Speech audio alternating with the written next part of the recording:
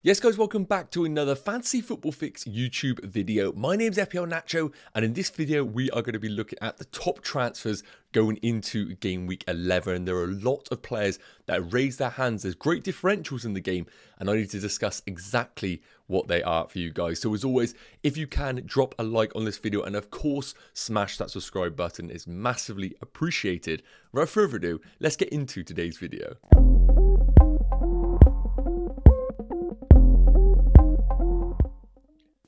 Okay, first up, and one of those mega differentials that I was talking about was Arsenal's Nketiah coming into the fold off the back of the Gabriel Jesus injury. And that's the first thing that we need to discuss right now. The reason why Nketiah came into the Arsenal team in game week 10 is because Gabriel Jesus has sustained an injury, and the initial report suggested that he could be out for a few weeks. And that suggests that he is going to be out for game week 10, which we saw, potentially the Newcastle game and potentially the Burnley game. Now, after that, we do have an international break. So, well done to those managers that did bring in Nketiah. It was a punt that was worth taking because, of course, the Sheffield United game is the money game. It is probably the best fixture that a team can have.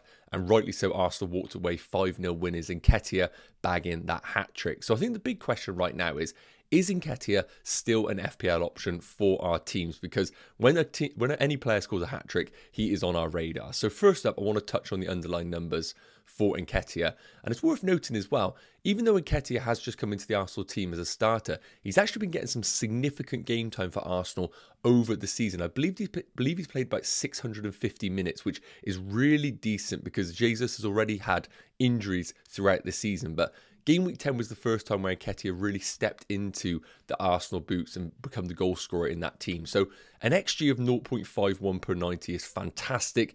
It is really right up there with some of the forwards in the game, and a 0.05 expected assist. I talk about this every single video. When I'm looking at a forward, I want one that has limited expected assists. I know that sounds very unusual because you want a player that can do both, but that screams to me that he is solely in the team to score goals. We see it in the likes of Callum Wilson. We see it in the likes of other forwards like Erling Haaland. Their XG is massive and their expected assist is limited, meaning everything funnels through them. So Nketiah's numbers mean he is fantastic value at 5.5 million. And also the big chances per 90, 0.79 is decent reading. It isn't up there with the likes of Darwin Núñez and Callum Wilson, but nonetheless still decent reading at 0.79. And looking at the predicted points for the next 4 game weeks, you can see it's at 12.6. Now, I would argue if his game time was going to be guaranteed over the next 4 weeks at 90 minutes, I would expect those predicted points to be increased. But this is where the issue lies. Game week 10 was the kind of fixture that you really wanted to target at home against Sheffield United. After this week, they play Newcastle away, which is one of the toughest games of the season so far. Then they have Burnley at home, then Brentford, then Wolves. Now, as I mentioned, there is an international break wedged in between those fixtures there, meaning extra time for Gabriel Jesus to be basically recovering from his injury. So, right now, even though Nketiah did score a hat-trick, I don't feel like it is the right time to be bringing him into your teams. I'm not expecting a huge ceiling for that Newcastle game. However, I do understand if managers maybe want to bring him in this week, maybe to free up some funds, not really necessarily targeting game week 11, but with an eye on game week 12 at home against Burnley. Now, I think he probably does start that Burnley fixture because there's no need to rush Gabriel Jesus back for that game, especially if they know he's already out for the Newcastle fixture. But we do also need to remember that Kai Havertz is in the fold. We could see a time where maybe Havertz plays the tougher away game against Newcastle for his physical presence and hold-up play, and then Nketiah plays the easier game against Burnley. So I just want to make sure you guys are aware of that. That could happen in this situation. I think Havertz does get deployed as a 9 in those tougher fixtures. We saw it against Man City, for example. So to conclude, I think Nketiah is a okay buy this game week. I prefer him more as a 1 game week punt in game week 12. But if you bring him in for this week for an eye on next week, I don't mind it at all. But just be cautious on the minutes going into the Newcastle game. So Nketiah covered off.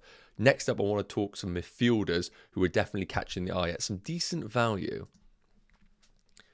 Now, the three players that I have my eye on right now is Mbeumo, Diaby, and Hee-Chan Wang of Wolves. Now, the reason why I've highlighted these three is I think they're decent Neto replacements for those managers that maybe already owned Neto in the game, or maybe another midfielder that has come off injured. Neto in particular, because it looks like he suffered quite a significant hamstring injury, and we all know that is going to keep players out for a significant period, maybe 2 months potentially. So we got players here at different price points.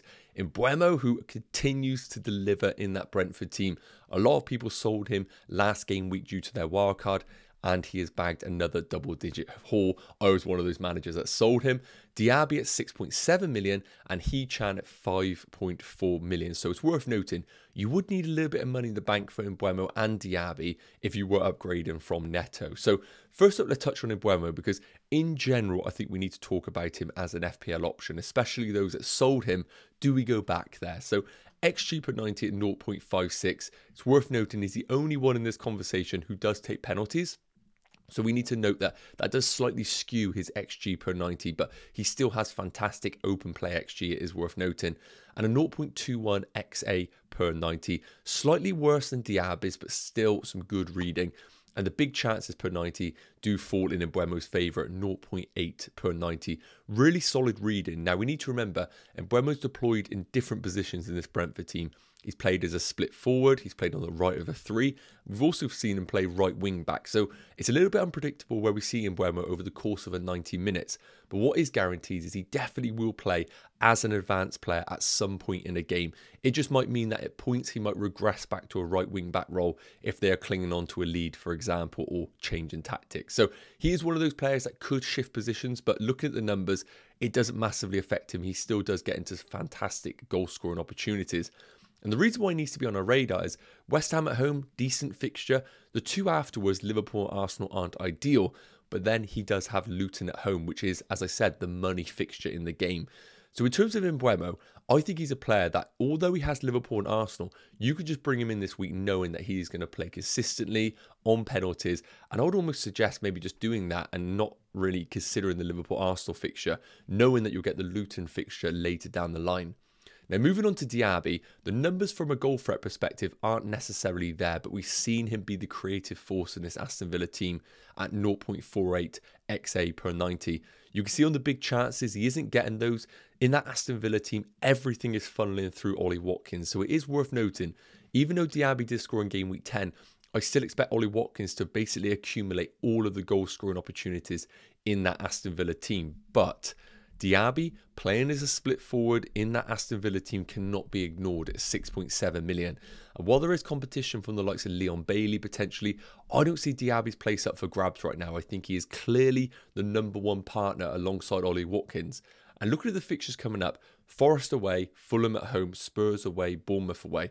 I think there are actually some decent fixtures for Aston Villa in general. I think Diaby's pace has the opportunity to counter the likes of Tottenham, and we know Villa's home form is ridiculous. So if you're in the market, I still think Diaby is a good purchase, but I understand if you don't want to go all your eggs in one basket for Aston Villa. So I'm assuming you already own Ollie Watkins.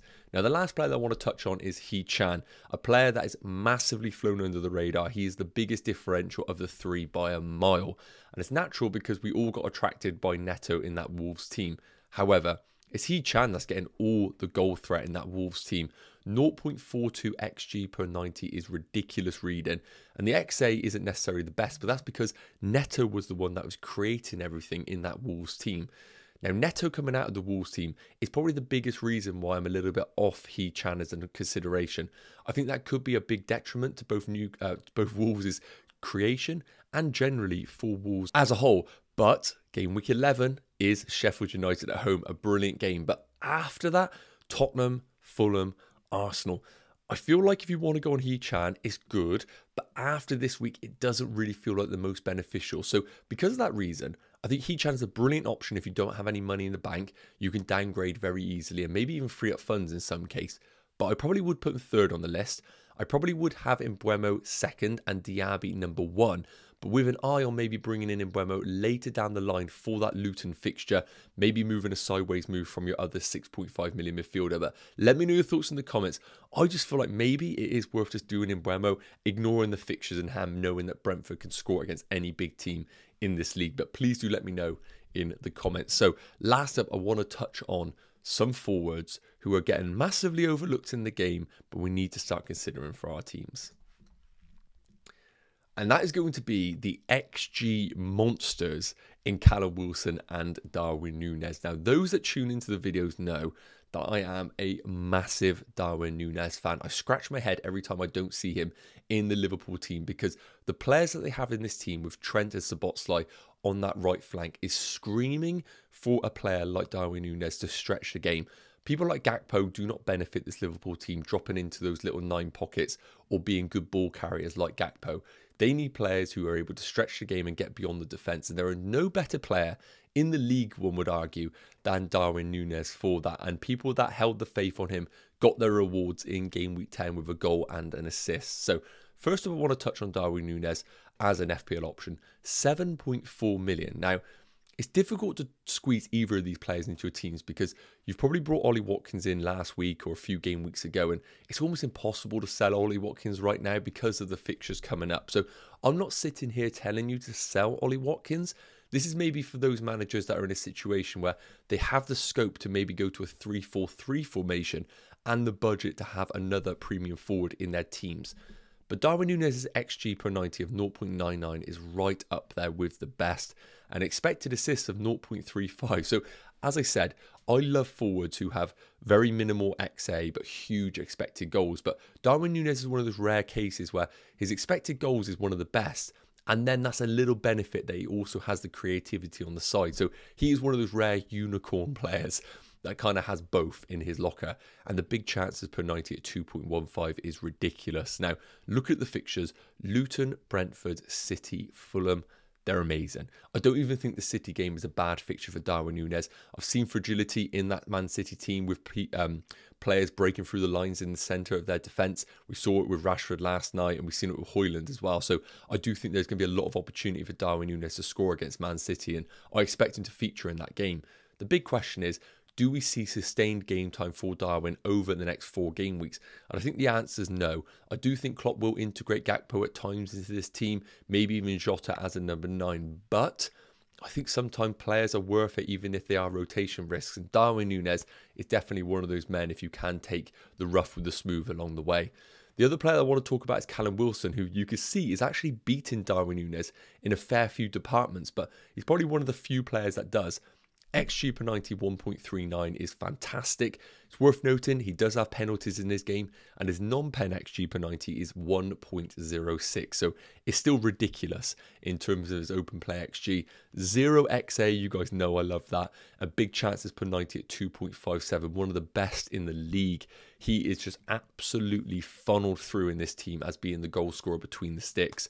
Now look at the predicted points. 18.7 for Wilson, better than that of Darwin Núñez's. And it's worth noting, Wilson right now is a consideration because of the Alexander Isak injury. Look at the fixtures, they're not amazing.